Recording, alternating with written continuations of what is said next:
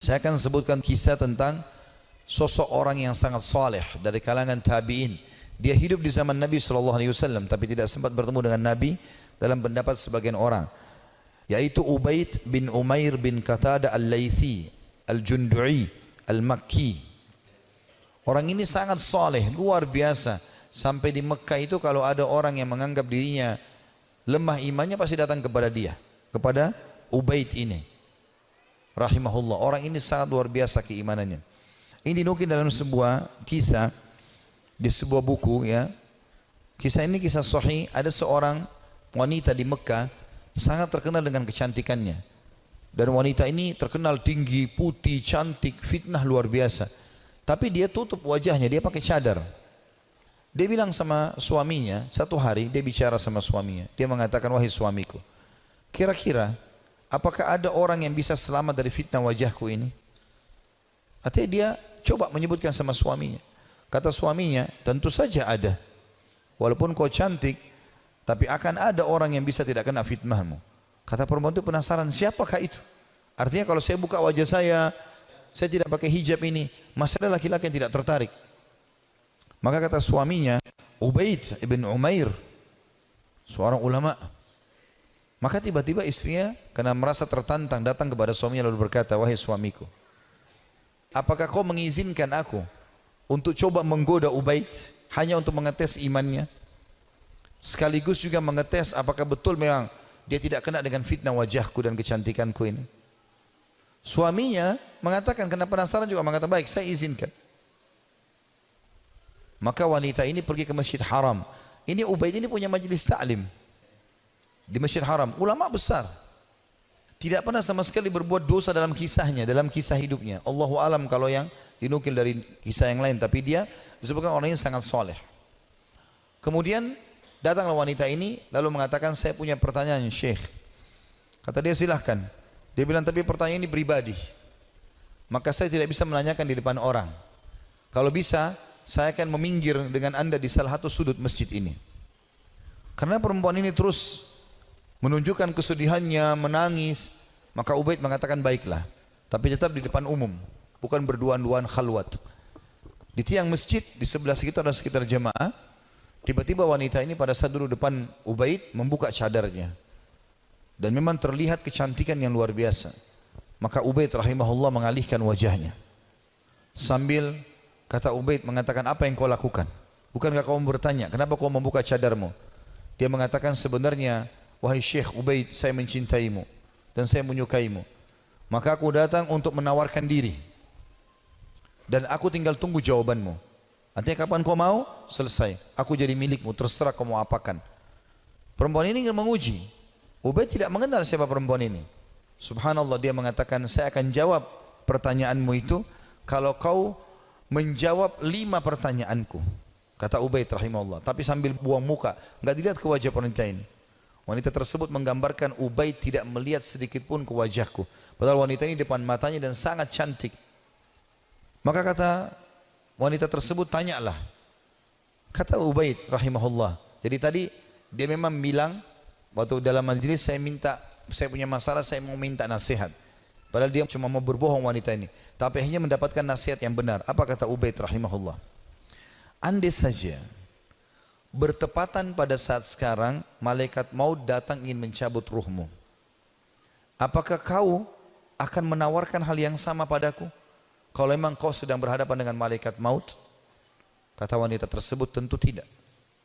Pertanyaan kedua, andai saja kamu sedang berada dalam kuburan, tempat yang pasti kau akan datangi, dan kau sedang bertemu dengan Mungkar dan Nakir, 2 malaikat akan bertanya di kuburan, dan kau sedang ditanya, apakah kau juga akan berpikir tetap akan menawarkan dirimu seperti ini? Dia mengatakan tidak. Yang ketiga, seandainya kau sedang berada bersama aku di padang mahsyar, kemudian buku-buku amal sedang berterbangan, dan kau tidak tahu apakah kau akan terima dengan tangan kanan atau tangan kiri.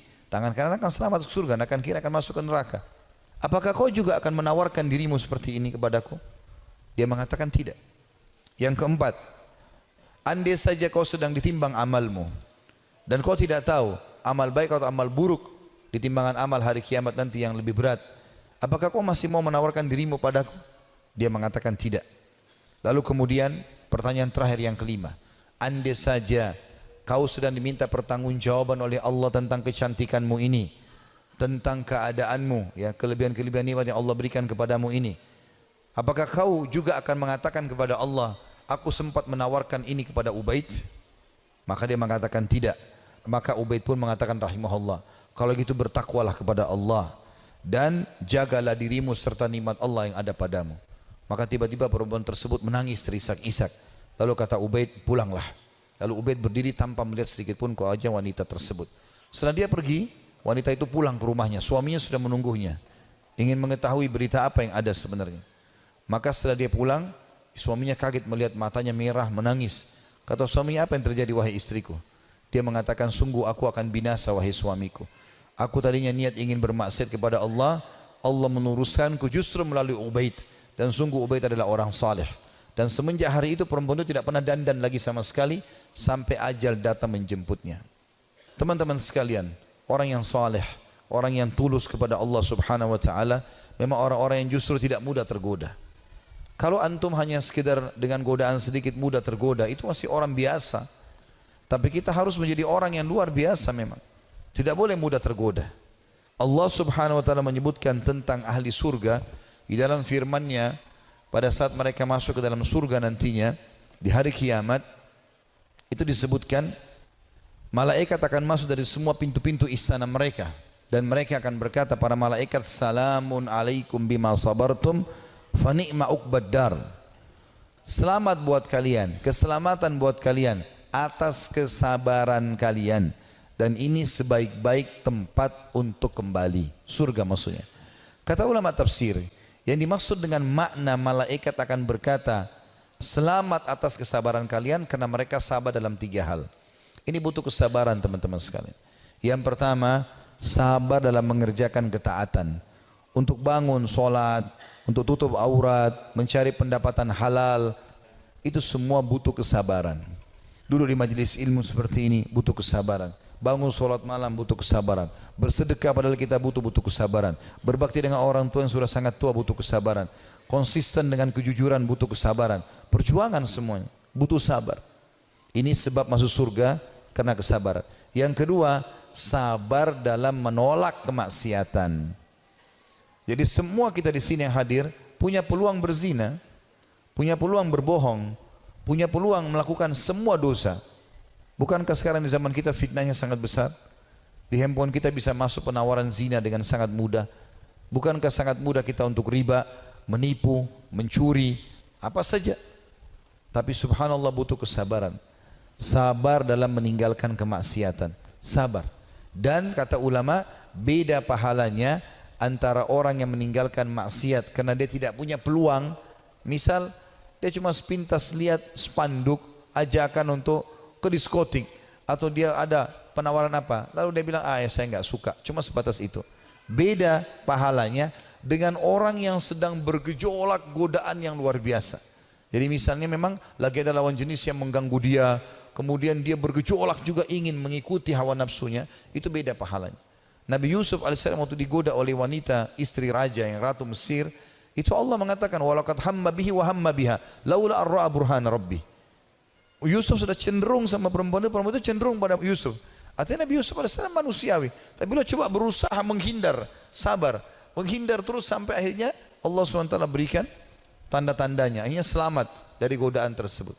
Artinya kesabaran di sini butuh ekstra pada saat ada peluang untuk berbuat dosa itu. Dan yang ketiga, sabar dengan cobaan harian. Sabar dengan cobaan harian.